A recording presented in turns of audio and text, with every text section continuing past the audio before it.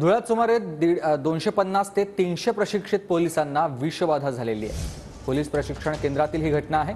जेवणानंतर पोटदुखीचा पोलिसांना त्रास झाला। विषबाधा झालेल्यांवर सध्या हिरे वैद्यकीय रुग्णालयात उपचार सुरू आहेत।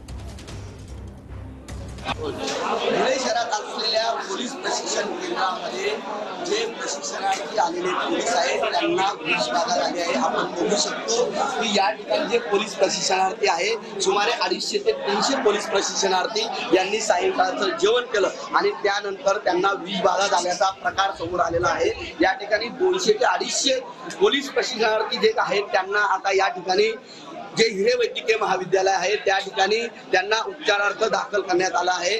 जेवणानंतर काही प्रशिक्षणार्थींना उलट्या त्याचबरोबर चक्कर आणि मळमळ पोटदुखीचा त्रास सुरू झाला आणि त्यांना नंतर ऍडमिट करण्यात आलेलं आहे। या ठिकाणी जर आपण बघितलं तर डॉक्टरांच्या मार्फत या ठिकाणी हिरे वैद्यकीय महाविद्यालयामध्ये या सर्व जे रुग्ण आहेत आणि प्रशिक्षणार्थी आहेत त्यांच्याकडून या ठिकाणी उपचार केले जात आहेत आणि या ठिकाणी आता हिरे वैद्यकीय महाविद्यालयामध्ये या ठिकाणी उपचार सुरू आहेत।